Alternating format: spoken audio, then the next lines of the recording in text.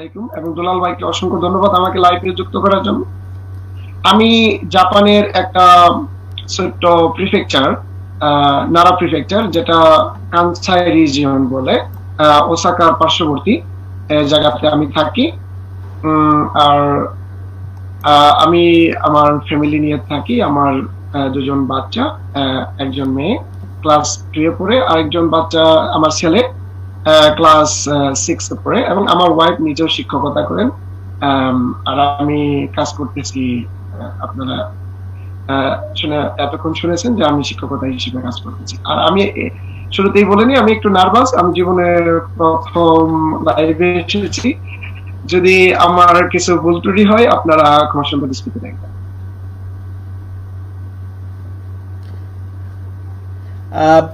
ক্যামেরাটা অন করতে, হ্যাঁ প্লিজ, পেয়েছি আমরা।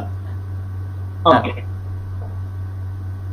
জি জি দুলাল ভাই। হ্যাঁ প্লিজ, এখন প্রথমেই আপনি যেহেতু শিক্ষক ওখানে, আমি শিক্ষা ব্যবস্থা নিয়ে একটু আপনার সাথে প্রথম প্রশ্ন, যে এই মুহূর্তে স্কুল, কলেজ, ইউনিভার্সিটিতে শিক্ষা কার্যক্রমটা এই লকডাউন সময়ে বা এই জরুরি পরিস্থিতিতে কিভাবে পরিচালিত হচ্ছে আমাদের উদ্দেশ্যে একটু যদি বলেন।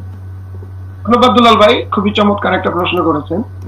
আসলে জাপানে, সারা জাপানেই যখন করোনা ভাইরাসের সংক্রমণ শুরু হয়, মোটামুটি 2 মাস, 2.5 মাস অথবা 3 মাস আগে থেকে, ওখানে আমি হ্যালো ভিডিওটা, হ্যাঁ হ্যালো, আমার ভিডিওটা চলে গেছে।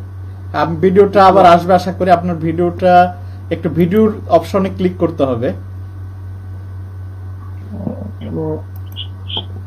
হ্যালো, আপনাকে শুনতে পাচ্ছি, আপনার কথা আমরা শুনতেছি, আপনি বলতে থাকেন।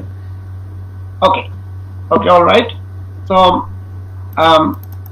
জাপানে যখন শুরুতে টোকিও থেকে শুরু হলো, টোকিওতে যখন সংক্রমণটা বাড়তে থাকলো, তখন থেকে আসলে সারা জাপানে ইমার্জেন্সি যখন চলে আসলো, তখন থেকেই সারা জাপানের স্কুল, কলেজ এবং প্রাইমারি স্কুল, নিম্ন মাধ্যমিক স্কুল, উচ্চ মাধ্যমিক স্কুল এবং কলেজ এবং ইউনিভার্সিটি লেভেল সব কলেজগুলো বন্ধ ঘোষণা করা হয়।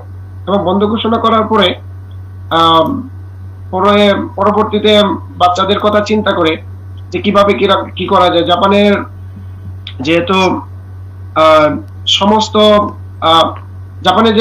প্রায় সব মানুষ কর্মজীবী, এবং কর্মজীবী এবং পাশাপাশি তাদের যেহেতু ছেলে মেয়ে রয়েছে, এবং বিভিন্ন স্কুল, কলেজে এবং বিভিন্ন কিন্ডারগার্টেনে এবং ডে কেয়ার হোম গুলাতে যায়, সেক্ষেত্রে সরকার, আচ্ছা আজব ভাই, আপনি একটু ক্যামেরাটাকে একটু আবার একটু ওপেন করতে বলবো আর কি। ক্যামেরাটা একটু টাচ করবেন, ক্যামেরাটার মধ্যে আপনার ওখানে যে ক্যামেরাটা আছে ওটা একটু টাচ করবেন। ওকে ওকে, এখন ক্লিয়ার। হ্যাঁ, যেটা বলছিলেন আপনি, যে কিভাবে পরিচালিত হচ্ছে শিক্ষা ব্যবস্থা। তো জাপানে যখন এই সংক্রমণ গুলা শুরু হয়, তখন থেকে আসলে স্কুল, কলেজ এবং নিম্ন মাধ্যমিক, উচ্চ মাধ্যমিক এবং প্রাইমারি স্কুলগুলো বন্ধ হয়ে যায়। বন্ধ হওয়ার পরবর্তীতে কিছু কিছু জায়গাতে স্কুলগুলা কন্টিনিউ করার পরেও পরবর্তীতে যখন দেখা যায় পার্শ্ববর্তী শহরগুলোতে এবং নিজের ছাত্ররা যে যার যার যে ডিস্ট্রিক্ট অথবা যার যার যে টাউন, সেখানে যখন সংক্রমণ আস্তে আস্তে চলে আসে, তখন স্কুলগুলো টোটালি বন্ধ হয়ে যায়। বন্ধ হওয়ার পরে পরবর্তীতে যেহেতু আমাদের মতোই জাপানের সবাই কর্মজীবী, সেজন্য তাদের যে বাচ্চা আছে তাদেরকে স্কুলে রেখে অথবা কলেজে রেখে অথবা কিন্ডারগার্টেনে রেখে তারপর মা বাবাদেরকে চাকরিতে যেতে হয়। ভিডিওটা বারবার বন্ধ হয়ে যাচ্ছে, আমি বুঝতেছি না কেন বন্ধ হয়ে যাচ্ছে। যাই হোক, পরবর্তীতে যাচ্ছে না, ভিডিওটা বারবার বন্ধ হয়ে যাচ্ছে, আমি জানি না কেন হচ্ছে।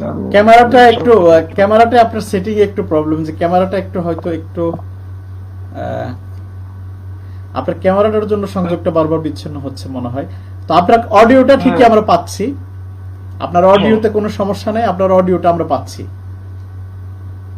আপাতত অডিও চালিয়ে যাব। না, আপনি আপনি কথা বলেন, আপনাকে ভিডিওতে আসেন, সমস্যা নাই, অসুবিধা নেই, একটু বারবার হাত দিয়েন আর কি। আচ্ছা যাই হোক। এখন এই মুহূর্তে যেভাবে চলতেছে সেটা আমি একটু যদি সংক্ষেপে বলি, সেটা হলো বাচ্চারা জাপানিজ স্কুলগুলোতে, যেমন বিশেষ করে ছোট বাচ্চাদের জন্য 1 থেকে 6 বছর 12 বছর বয়স্ক যারা আছে, যারা বাচ্চারা আছে, তাদের জন্য যে সিস্টেমটা জাপানে এই মুহূর্তে আছে সেটা হলো বাচ্চারা ম্যাক্সিমাম বাচ্চারা ঘরেই থাকতেছে। আর যাদের বাবা মা চাকরিতে কর্মস্থলে না গেলে হচ্ছে না, তারা বাচ্চাদেরকে ওই কিন্ডারগার্টেনে অথবা ডে কেয়ার হোম অথবা স্কুলে সকালবেলা রেখে তারা চাকরিতে যায়, পরবর্তীতে বিকালবেলা গিয়ে নিয়ে আসে। তা আমরা যারা শিক্ষকতা করতেছি তাদেরকে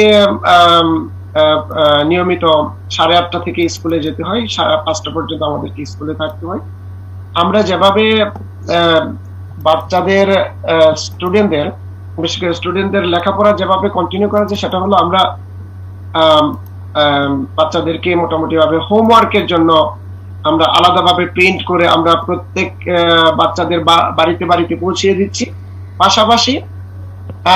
পাশাপাশি আমরা যে প্রত্যেকটা স্কুলের যে হোম পেজ গুলো আছে, সেই হোম পেজ গুলাতে প্রত্যেকটা সাবজেক্টের অঙ্ক, তাদের জাপানিজ ভাষা, ইংলিশ, তারপরে সামাজিক বিজ্ঞান, তারপরে অন্যান্য যত সাবজেক্ট গুলো আছে, সেই সাবজেক্ট গুলোর উপর ভিত্তি করে আগামী 1-2 মাস মিনিমাম আগামী 1-2 মাস কিভাবে বাচ্চারা লেখাপড়া করবে, তাদের বাচ্চাদের লেখাপড়ার ক্ষতি না হবে সেই বিবেচনা করে আমরা হোম পেজ গুলাতে কি কি পড়তে হবে, কবে কিভাবে পড়তে হবে, প্রতিদিনকার যে রুটিন গুলা যেগুলো আমরা স্কুলে 8:30 থেকে 3:30 পর্যন্ত স্কুলে পড়াতাম, সেগুলো আমরা রুটিন মাফিক হোম পেজ গুলাতে দিয়ে দিচ্ছি, যাতে বাচ্চারা বাসায় বসে সেগুলা পড়তে পারে এবং প্রত্যেকটা বাবা মা যাতে সেগুলা চেক দিতে পারে যে বাচ্চারা ঠিক মতো পড়ালেখা করতেছে কিনা।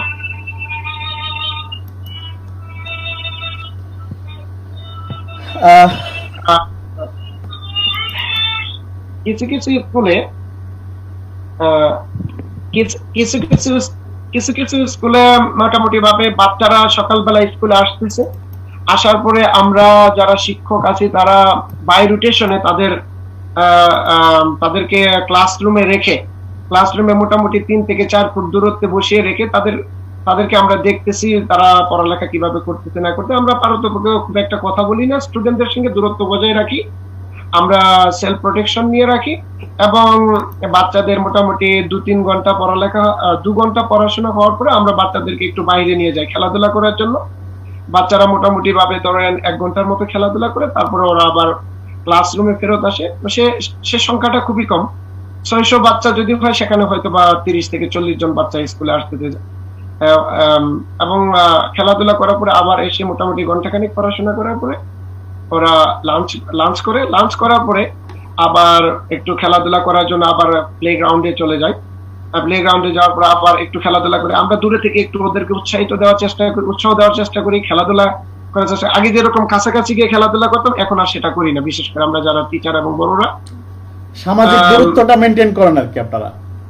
সামাজিক দূরত্বটা মেইন করি এবং চেষ্টা করি যাতে ওদের আমাদের যদি থাকেও করোনা ভাইরাস দ্বারা যদি আমরা কোনো কারণে ইফেক্টেড হয়েও থাকি, সেটা যাতে ওদের ভিতর না যায়, এই জিনিসটা করি। আর পাশাপাশি মোটামুটি যখন 1:30-2টা বেজে যায় তখন থেকে আমরা ওদের জন্য রিক্রিয়েশনাল যে মুভিজ গুলো আছে, কার্টুন মুভি অথবা যে সমস্ত মুভিগুলো তারা পছন্দ করে সেগুলো তাদেরকে দেখানোর ব্যবস্থা করি এবং পরবর্তীতে 3:30টার দিকে ওরা যার যার বাসায় চলে যায় এবং বাসা পর্যন্ত তারা পৌঁছলো কিনা এগুলো আমরা টিচাররা এক একটা রাস্তাতে আমরা দাঁড়িয়ে থাকি এবং আমরা এনশিওর করি যে প্রত্যেকটা বাচ্চা তাদের বাসায় পৌঁছে গেল এবং সর্বোচ্চ চেষ্টা করি আমরা এদেরকে ফিজিক্যালি, মেন্টালি এবং এডুকেশনালি 3টা সেক্টরে যাতে এদের কোনো ক্ষতি না হয়, বিশেষ করে আবার রাস্তা দিয়ে যাওয়ার সময় যাতে এদের কোনো ক্ষতি না হয়, এই সমস্ত কাজগুলো আমি শুধু না, আমি খুবই নগণ্য, প্রত্যেকটা টিচার, প্রিন্সিপাল থেকে সিরিয়াস করে ভাইস প্রিন্সিপাল থেকে শুরু প্রত্যেকটা টিচার এগুলা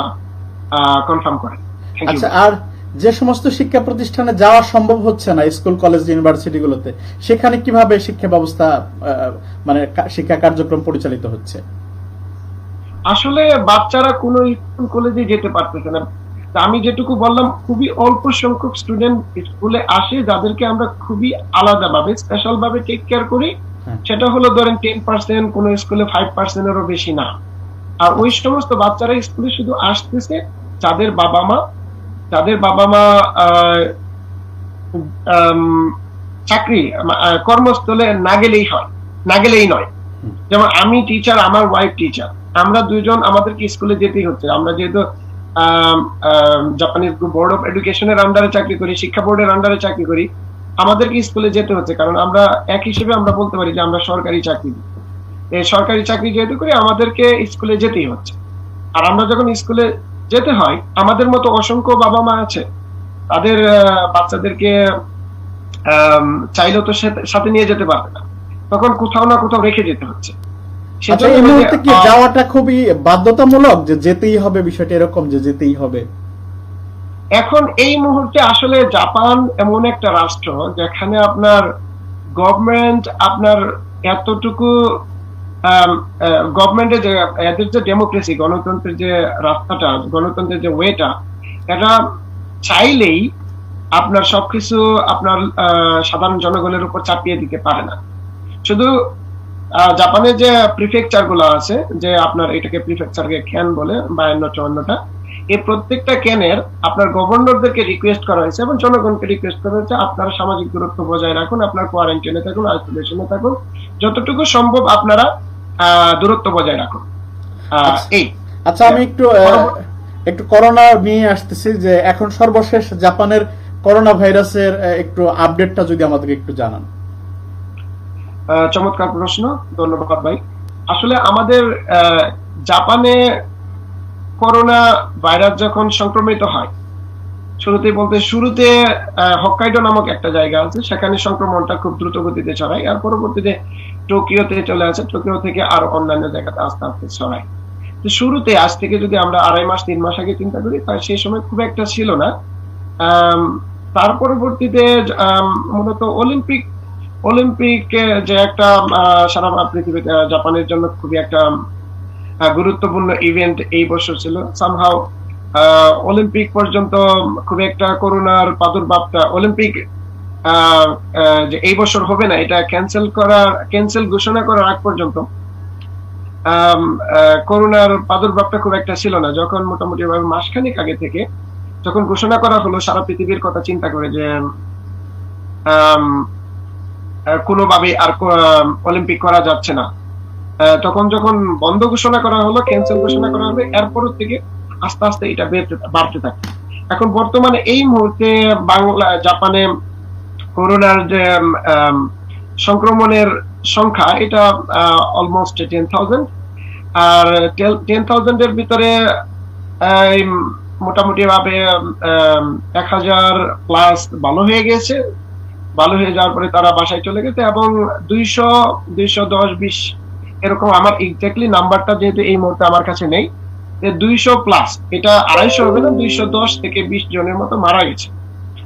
আর মারা যাওয়ার যে সংখ্যাটা আছে, এই সংখ্যাটা থেকে আমরা যদি কিছু দেখি, তার ভিতর যতটুকু শুনেছি এবং যতটুকু বুঝেছি, এবং 2-4 জন আমার আশেপাশে যারা মারা গেছেন, আমার আশেপাশে বলতে কি বিভিন্ন জায়গা থেকে যাদের কথা শুনেছি, তাদের আসলে এক মোটামুটি বয়স্ক ছিল, পাশাপাশি তাদের আগে থেকেই কোনো না কোনো রোগে তারা ভুগতেছিল, ক্রনিক ডিজিজে ভুগতেছিল। এই বিষয়গুলো আসলে কাজ করছে। তবে সার্বিকভাবে বলতে পারি এখন পর্যন্ত জাপানে মৃত্যুর হারটা খুবই কম, এবং কি বলে রিকভার রেটটা আসলে খুবই ভালো। কিন্তু দুঃখজনক হলেও আসলে আমরা হয়তোবা এক্সপেক্ট করতেছিলাম যে হয়তোবা সংক্রমণের সংখ্যাটা এরকম ভাবে বাড়তেছে না, কিন্তু এখন আমরা একটু হলেও টেনশনে আছি, কারণ প্রতিদিন 400-500 করে বাড়তেছে সংক্রমণের সংখ্যাটা বাড়তেছে। আচ্ছা, আমি একটু কমেন্টস পড়তে চাই। এই যারা লাইভ দেখছেন, দু একজন কমেন্টস করছে, তার মধ্যে একজন প্রবাসী সাংবাদিক আছে, ফখরুল ইসলাম। একজন প্রবাসী সাংবাদিক ফখরুল ইসলাম জানাচ্ছেন যে উনি স্ট্যাটাসে আমাদের কমেন্টস করে জানাচ্ছেন যে জাপানে বাংলাদেশি করোনা ভাইরাসে আক্রান্ত একজন, আর বাকি 3 জন অসুস্থ। ঠিক আছে, এরকম উনি একটা তথ্য দিচ্ছেন। আর তো এখানে উনি বলছেন যে আতঙ্কিত না হতে। আর জাপানে করোনা ভাইরাসে আক্রান্ত সর্বশেষ হলো উনি জানাচ্ছেন যে 10,393 জন সুস্থ, আর মৃতের সংখ্যা, আক্রান্ত টোটাল হলো 10,393 জন, আর সুস্থ হয়েছেন 10,069 জন, আর মৃতের সংখ্যা 222 জন, আর মুমূর্ষ আছে হলো 221 জন। সক্রিয় পরীক্ষা যাদেরকে পরীক্ষা করা হয়েছে, মানে টোটালি এ পর্যন্ত বোধহয় সর্বশেষ আপডেট পরীক্ষার 11,1325 জন আর কি। এই মোটামুটি এটা ফখরুল ইসলাম। আর এটা এই আপডেটগুলো উনি দিচ্ছেন আর কি। হ্যাঁ, ফখরুল ভাই অসংখ্য ধন্যবাদ। আসলে এই মুহূর্তে আমার কাছে ডাটাটা ছিল না। আর আমি যতটুকু জানি এই পরীক্ষার সংখ্যাটা 1,11,000 এরকম কিছু হবে। আর এখান থেকে মোটামুটি 10% মতো সংক্রমণ হয়েছে। আর বাকি ডাটাগুলো সব ঠিক। আচ্ছা, যাই হোক, হয়তো আমারও তথ্যটা যতটুকু। এখন আমি একটা কথা বলতে চাই, যে সেটা হলো বর্তমানে চিকিৎসা নিয়ে এই বিষয়টা আমরা অনেক আগে থেকে শুনতেছি যে জাপানের ওষুধ বা জাপানের যারা আক্রান্ত হয়েছে বা তাদের জন্য বা যারা প্রতিষেধক ওষুধপত্র নিয়ে কি কি কাজ হচ্ছে সে বিষয়ে আমাদেরকে একটু আপডেট করেন। বা এই ক্ষেত্রে প্রশাসন ভ্যাকসিন বা ওষুধ আবিজ্ঞানের কথা আমরা শুনেছি, তো অ্যাকচুয়ালি জাপানিদের চিকিৎসার জন্য কিভাবে কাজ করছে চিকিৎসকরা বা এবং সেখানকার প্রবাসীরা? চমৎকার এক প্রশ্ন। আসলে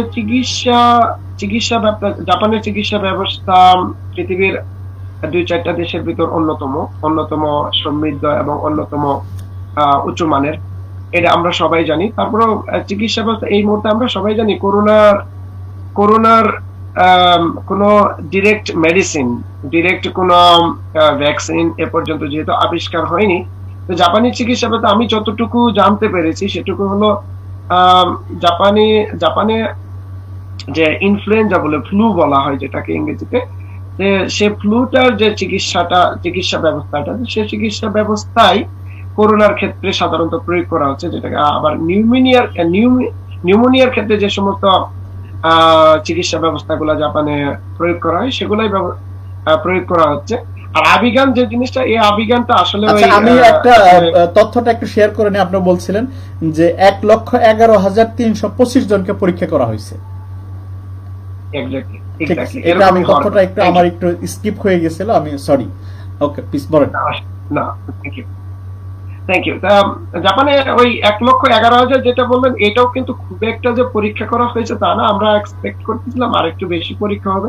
হ্যাঁ, এটা জাপানে এটা গভর্নমেন্টের ব্যাপার, যেভাবে তারা মনে করে এটা করোনাকে ফেস করতে পারবে ওনারা সেভাবেই করবে। আমাদের চেয়ে ওনারা যথেষ্ট বুদ্ধিমান এবং যথেষ্ট ভালো বোঝেন। যাই হোক, চিকিৎসা ব্যবস্থার ক্ষেত্রে আমি মনে করি যে গতানুগতিক চিকিৎসা ব্যবস্থায় ওনারা ঠান্ডা হলে ঠান্ডার চিকিৎসা দিচ্ছে, কাশি হলে কাশির চিকিৎসা দিচ্ছে, মাথা ব্যথা হলে মাথা ব্যথার চিকিৎসা দিচ্ছে, পেট ব্যথা হলে পেট ব্যথার চিকিৎসা দিচ্ছে।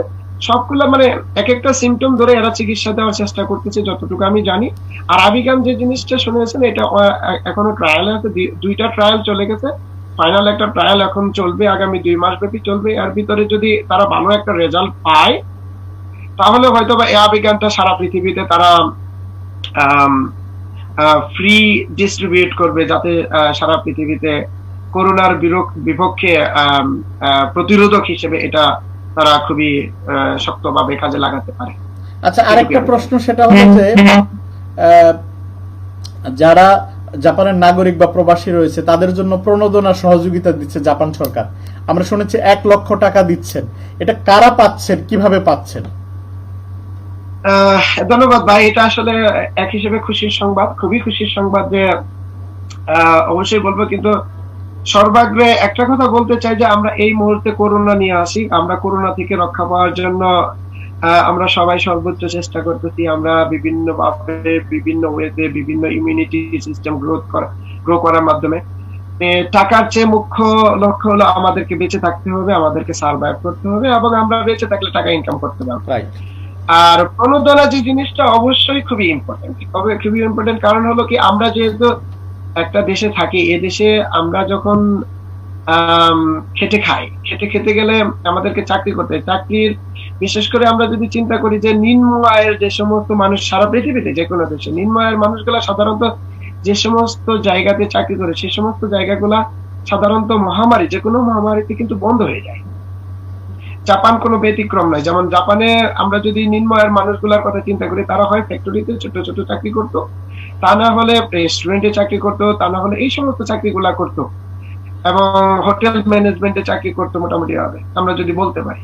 তো এখন বর্তমান সিচুয়েশনে এই সমস্ত চাকরিগুলা যেহেতু মানুষ মুভমেন্ট করতেছে না, মানুষ টাকা খরচ করতেছে না, খেতে যাচ্ছে না কোথাও, যে সমস্ত জায়গাতে চাকরি করে সেই সমস্ত জায়গাগুলা সাধারণত যে শুনতে পাচ্ছি আপনাকে। কিন্তু বন্ধ হয়ে যায়। ওকে, থ্যাংক ইউ। তো সেজন্যই তাদের দেখা যাচ্ছে যে তাদের ইনকামটা আসলে কমে যাচ্ছে।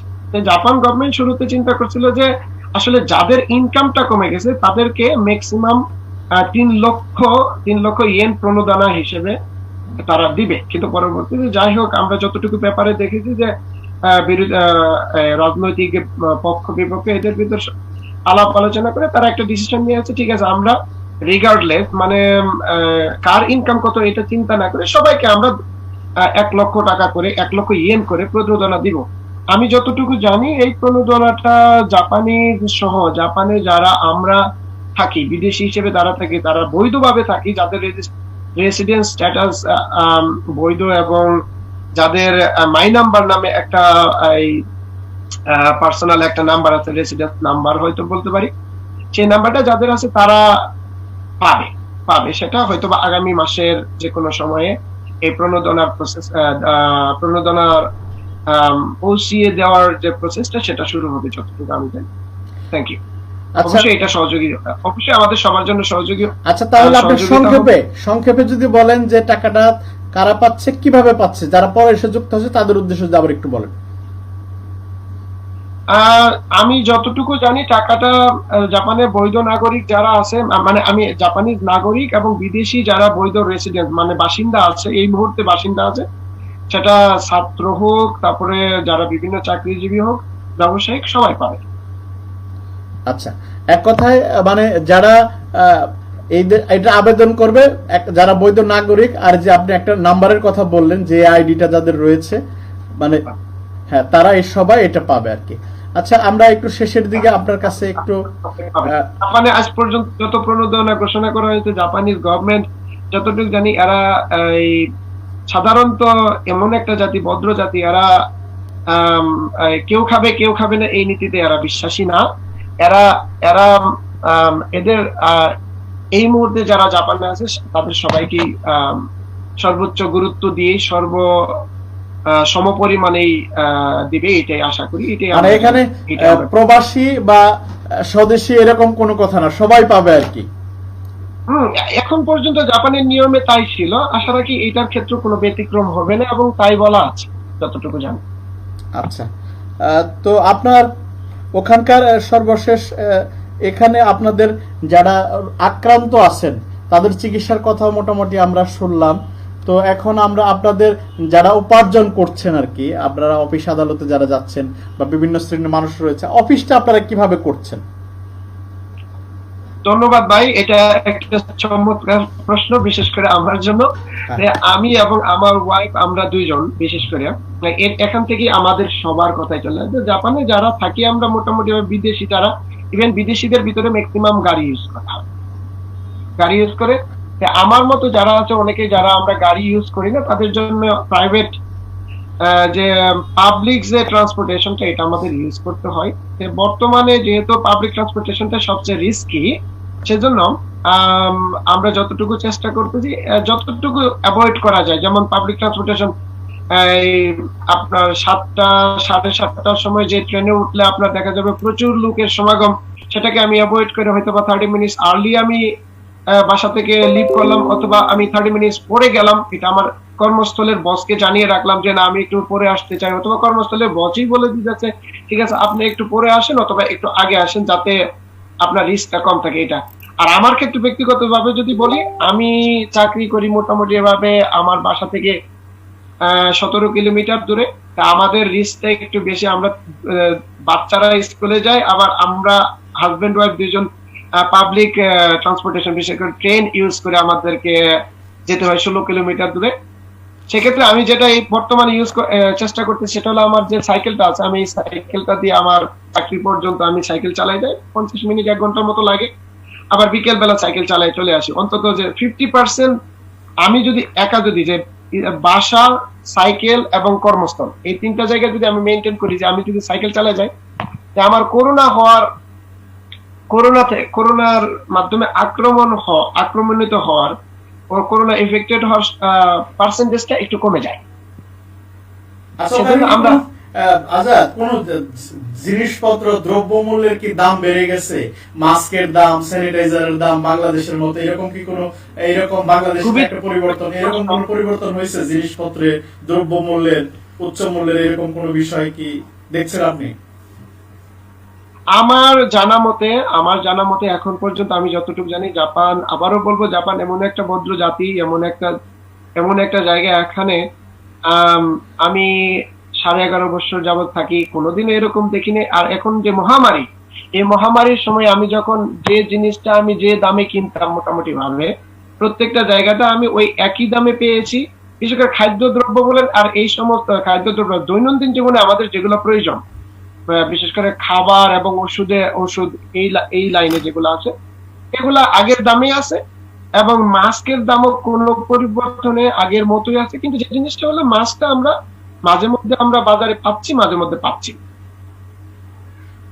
এটি হলো মূল সমস্যা। তবে একটু চেষ্টা করলে, আমরা যদি একটু বিভিন্ন ভাবে চেষ্টা করি, তাহলে আমরা হয়তোবা 2-3 দিন ট্রাই করলে হয়তোবা কোথাও গিয়ে আমরা 3-4টা মাছ পাচ্ছি। তো এখন আমরা শেষের দিকে চলে এসেছি। আর কোন বিষয়টা তুলে ধরতে চান? জাপানের কোন বিষয়টা সবাইকে জানাতে চান?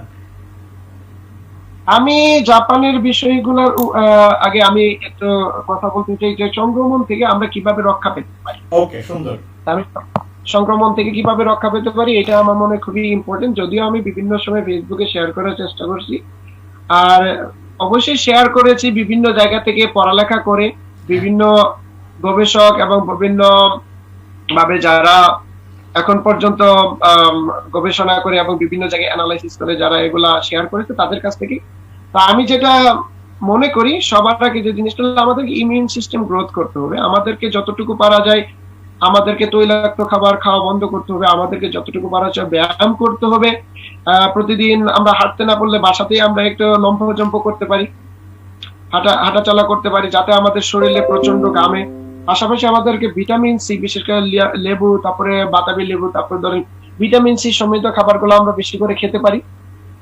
ভিটামিন এ সমৃদ্ধ খাবারগুলো বেশি করে খেতে পারি। আমরা অবশ্যই হাত পরিষ্কার রাখবো, সাবান দিয়ে সবসময় ধৌত করবো। বাসা থেকে বাইর হওয়ার সময় ধৌত করে যাব, এবং বাসাতে ঢোকার সময় সবার আগে কাপড় চোপড় যা আছে আমরা আগে ওয়াশিং মেশিনের ভিতর দিয়ে দিব, দ্রুত করে দিব। তারপরে আমরা হাত ধুয়ে তারপর আমরা বাসাতে ঢুকবো, অথবা আমাদের বাচ্চা কাচ্চাদের সঙ্গে যাদের সঙ্গে আছে তাদের সঙ্গে খেলাধুলা করবো, এবং বাসাতে ঢুকি সাথে সাথে আমরা গোসল করে নেব। এগুলো হলো ইম্পর্টেন্ট। আর অবশ্যই আমরা মাস্ক ইউজ করব আর সোশ্যাল ডিস্টেন্স বজায় রাখবো। বাসাতে এসেও আমরা বাচ্চাদেরকে কখনোই চুমু খাবো না। আমরা যেগুলো সবসময় আগে একটু হাত করতাম, চেষ্টা করবো একটু দূরত্ব বজায় রাখার জন্য। আর আরো যেটুকু আমরা বলতে পারি, যে আমি এই মুহূর্তে যেগুলো করতেছি সেগুলো হলো, আমরা প্রতিদিন প্রচুর আদা খাচ্ছি, প্রতিদিন কম করে হলেও একটা করে লেবু খাচ্ছি, আদা তারপরে লবঙ্গ দিয়ে চা খাওয়ার চেষ্টা করছি। আর গরম পানি, আমরা ঠান্ডা পানি টোটালি খাচ্ছি না, গরম পানি খাওয়ার চেষ্টা করতেছি। এগুলো সবকিছু আসলে রোগ প্রতিরোধ ক্ষমতা বৃদ্ধি করবে বলেই আমরা বিশ্বাস করি। আর তারপরেও ডাক্তারদের পরামর্শ সেরকম, ডাক্তাররাও সেরকম বলে, স্বাস্থ্যকর্মীরাও সেরকম বলে। আর আমরা এই তো এগুলাই। আর আমরা বাংলাদেশে আমাদের যারা ভাই বোনেরা আছে, আমরা তাদেরকে অবশ্যই রিকোয়েস্ট করবো, আপনারা আমরা আসলে আমাদের জাপানে যদিও 10,000 সংক্রমণিত হয়ে গেছে, 200-র বেশি মারা গেছে, তারপরেও আমরা কিন্তু বাংলাদেশের অবস্থা দেখে যতটুকু আমরা যতটুকু আমরা ভয় পাই, ততটুকু আমরা জাপানের অবস্থা দেখে ভয় পাচ্ছি না।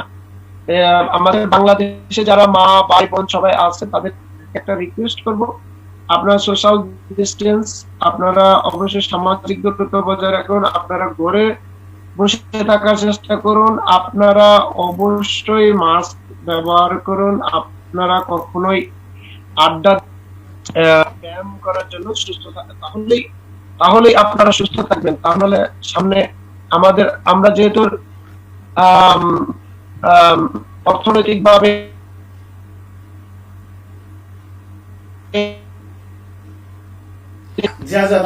আমাদের সমর্থক আমরা অর্থনৈতিক ভাবে যেহেতু ওরকম ধনী কোনো রাষ্ট্র না, আমাদের অবশ্যই লিমিটেশন আছে। আমাদের স্বাস্থ্য ব্যবস্থাতে অনেক লিমিটেশন আছে। আমরা ওই লিমিটেশনের ভিতর থেকেই আমরা বেড়ে থাকি। আমাদেরকে চেষ্টা করতে হবে ওই লিমিটেশনের ভিতর থেকে আমরা যতটুকু পারি আমরা একে অপরকে সহযোগিতা করে, একে অপরের সঙ্গে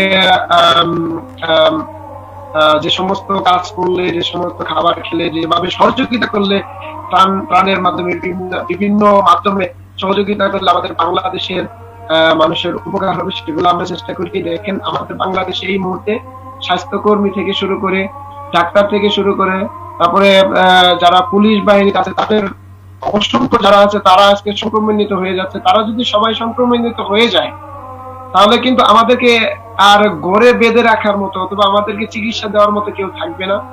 সো আমরা আমাদের পুলিশ বাহিনীকে, আমাদের স্বাস্থ্যকর্মীদেরকে, আমাদের এই স্বাস্থ্যকর্মী, ডাক্তার, তারপরে পুলিশ যারা এই সমস্ত কাজে নিয়োজিত তাদের সবাইকে সহযোগিতা করি। আমাদের দেশের সরকারকে সহযোগিতা করি। বিরোধী দলের সাথে আমরা কথা বলে সব সমন্বয় করে আমরা চেষ্টা করি সমস্ত বাংলাদেশের মানুষকে এই মুহূর্তে আমাদেরকে একসাথে আমরা কাজ করি। একত্রে আমরা যুদ্ধ, এটা এর চেয়ে বড় যুদ্ধ আমাদের জীবনে যেহেতু আমরা কোনোদিন দেখিনি। এই যুদ্ধে আমাদেরকে জয়ী হতেই হবে। আল্লাহর রহমতে আমরা জয়ী হব তখনই যখন আমরা সবাইকে সহযোগিতা করব। এটা হলো ইম্পর্টেন্ট। আর আমি পাশাপাশি আমাদের এই রিজনে, বিশেষ করে আমি যে রিজনে থাকি, এই রিজনের নাম হলো কানসাই রিজন। কানসাই রিজনে আমরা বাংলাদেশিদের একটা সোসাইটি আছে এই মুহূর্তে, সেটাকে বলে কানসাই বাংলাদেশ সোসাইটি। এটা নন কানসাই বাংলাদেশ সোসাইটি এনপিও। এটা এটাকে অলাভজনক প্রতিষ্ঠান বলা হয়। আমরা এটার পক্ষ থেকে বিভিন্ন ভাবে আমাদের এই জায়গাতে যারা আমরা বসবাস করি 1000-এর মতো, যারা আমরা 1000-1500-র মতো বাংলাদেশি যারা এখানে আছেন, তাদের সবাইকে আমরা বিভিন্ন ভাবে সচেতনতা বৃদ্ধি করার জন্য বিভিন্ন ভাবে চেষ্টা করে যাচ্ছি, বিভিন্ন ভাবে অনুপ্রাণিত করার জন্য চেষ্টা করে যাচ্ছি। তাদের ভিতরে যদি কেউ বিপদে পড়ে, বিশেষ করে যারা স্টুডেন্ট আছে এই মুহূর্তে, তারা যদি এই মুহূর্তে অর্থনৈতিক ভাবে তারা যদি যেহেতু এখন এই মুহূর্তে পার্ট টাইম জব করতে পারতেছে না, কম করতেছে, তারা যদি বিপদে পড়ে, তারা যদি আমাদের সঙ্গে সহযোগিতা করে, আমরা চেষ্টা করবো তাদেরকে সর্বোচ্চ সহযোগিতা করার জন্য। পাশাপাশি আমরা এই রিজনে যারা আছে তাদের সঙ্গে কথা বলে বিভিন্ন ভাবে ব্যক্তিগত এবং গ্রুপ ওয়াইজ আমরা চেষ্টা করতেছি বাংলাদেশে এটা বিভিন্ন ভাবে কাউকে না জানে বিভিন্ন সংগঠনের মাধ্যমে সহযোগিতা পাঠানোর জন্য। আমরা বিশ্বাস করি আমরা এই মহামারী থেকে পরিত্রাণ পাবো। হয়তো বা সময় লাগবে পরিত্রাণ পাবো, ততদিন পর্যন্ত আমাদেরকে ধৈর্য ধরে মোকাবেলা করতে হবে। আশা রাখি আগামী 2 মাসের ভিতরে আমরা চাই না খুব মহামারীটা আরো বাড়ুক, কিন্তু যদি বেড়ে যায় আমরা এভাবে প্রিপারেশন নিচ্ছি যাতে আমরা আগামী দিনগুলোতে আমরা সর্বোচ্চ বাংলাদেশের এবং আমাদের আশেপাশের সবার যাদের এই মুহূর্তে অর্থনৈতিক ভাবে যারা এই মুহূর্তে এবং খাদ্য সংকটে যারা ভুগতেছে তাদেরকে আমরা সর্বোচ্চ সহযোগিতা করার চেষ্টা করব। আচ্ছা, আমি একটু শেষই করছি। অলরেডি বাংলাদেশের সময় আজান হয়ে গেছে, আমরা নামাজের প্রস্তুতি নিব। আমরা অলরেডি স্পেশালি যে প্রবাসীদের জন্য পাশে দাঁড়ানোর জন্য কোন সংগঠন এটা আপনারা কাজ শুরু করছেন কিনা? যদিও গত লাইভে মনি ঠাকুর জানিয়েছিলেন যে প্রবাসীদের জন্য একটু কাজ করছে, বা আপনারা এটা আপনার কাছে কতটুকু খবর জানা আছে আপনার কাছে?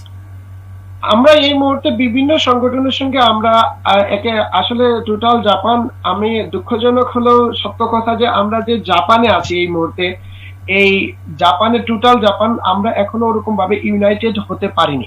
তারপরেও আমরা আশার বাণী হিসেবে আশার আলো আমরা দেখতেছি কিরকম জাপানের মোটামুটি প্রত্যেকটা প্রিফেকচারের সঙ্গে, বিশেষ করে টোকিও থেকে, তারপরে ওসাকার বিভিন্ন যারা আছেন তারা একে অপরের সঙ্গে যোগাযোগ করে চেষ্টা করতেছেন কিভাবে অনলাইনে কারো যদি কোনো কি বলে করোনার কোনো সিমটম দেখা যায়, তারা কিভাবে কি বলে অনলাইনে আমাদের টেলিফোনের মাধ্যমে বিভিন্ন পরামর্শ দিতে পারবে। এই জন্য ডাক্তারদের একটা লিস্ট অলরেডি আমাদের সামাজিক মাধ্যমে অলরেডি শেয়ার করা হয়েছে। পাশাপাশি আমরা যে আমাদের যে রিজন গুলো আছে, আমাদের এই রিজনে আমরা ব্যক্তিগতভাবে এবং সাংগঠনিক ভাবে ক্যান্সার বাংলাদেশ সোসাইটির মাধ্যমে আমরা চেষ্টা করতেছি সবার সঙ্গে একটু সহযোগিতা হাত বাড়িয়ে দেওয়ার জন্য, এবং প্রত্যেকের ইন্ডিভিজুয়ালি এবং গ্রুপ ওয়াইজ আমরা প্রত্যেকের খোঁজখবর রাখার জন্য।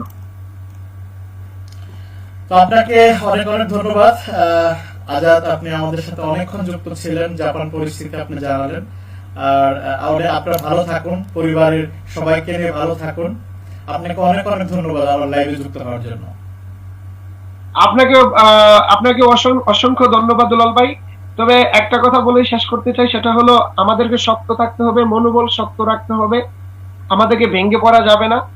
আমরা যদি ডিপ্রেশনে চলে যাই, আমরা যদি মনের দিক থেকে দুর্বল হয়ে যাই, আমরা কিন্তু এটাকে মোকাবেলা করতে পারবো না। আমরা যদি মনের দিক থেকে শক্ত থাকি এবং আমরা যদি ইউনাইটেড থাকি, আমাদের ইনশাল্লাহ আল্লাহর রহমতে আমাদের এই মহামারী থেকে পরিত্রাণ মিলবে। সো আমি সবাইকে লাইভে আমি আজকে জীবনে প্রথম লাইভে এসেছিলাম, বিশেষ করে দুলাল ভাইকে অসংখ্য ধন্যবাদ। আমি আসলে গুছিয়ে কথা বলতে পারি না, কোথাও যদি আমার তথ্য অথবা তথ্য ইউজের দিক থেকে অথবা আমার ব্যাকরণগত যদি ভুল হয়ে থাকে, আমাকে অবশ্যই আপনারা ক্ষমা সুন্দর দৃষ্টিতে দেখবেন। আমি পরবর্তীতে যদি কখনো সুযোগ পাই যে কোনো ব্যাপারে যে কোনো টপিক নিয়ে, আমি চেষ্টা করব আরেকটু গুছিয়ে কথা বলার জন্য, আরেকটু প্রিপারেশন নিয়ে কথা বলার জন্য। যারা এতক্ষণ আপনারা আমার কথাগুলো শুনতেছিলেন, তাদেরকে আমি তাদের সুস্থতা কামনা করে, তাদের দীর্ঘায়ু কামনা করে, তাদের প্রত্যেকের ফ্যামিলির সবার সুস্থতা কামনা করে আমি সবাইকে ধন্যবাদ জানাচ্ছি। আসসালামু আলাইকুম। ওকে, আপনাকে অনেক অনেক ধন্যবাদ আজাদ, ভালো থাকবেন। জাপান থেকে যুক্ত হয়েছিলেন ডক্টর আজাদুর রহমান, যিনি শিক্ষাগত পেশায় জাপানে কাজ করছেন। তো আজকে এই ছিল আমার লাইভ, আজকের ভিডিও। জাপান থেকে আজাদ ছিলেন। আজাদ, আপনাকে ধন্যবাদ, আপনি ভালো থাকবেন। জি, ধন্যবাদ ভাই। আসসালামু আলাইকুম। তো আমরা আজকে এই পর্যন্তই। আপনিও হয়তো কোনো এক সময় কোন এক প্রবাস থেকে যুক্ত হতে পারেন, বা বাংলাদেশ বা পৃথিবীর যে কোনো প্রান্ত থেকে আমার লাইভে যুক্ত হতে পারেন। পরবর্তী লাইভ দেখার জন্য স্বাগত জানিয়ে আজকে এখানেই শেষ করছি। আমার সম্মানিত যারা আজকের লাইভ দেখলেন সবাইকে ধন্যবাদ, বিশেষ করে ডক্টর আজাদকে অনেক ধন্যবাদ। দীর্ঘক্ষণ যাবৎ তিনি জাপানের অনেক বিষয় আমাদেরকে তুলে ধরলেন। তো প্রবাসে এবং দেশে যে যেখানে আছেন সবাই ভালো থাকুন। খোদা হাফেজ। আজকে এখানে শেষ করছি। আজাদ, পরিশেষে আপনাকে আবারও ধন্যবাদ। আল্লাহ হাফেজ। ধন্যবাদ।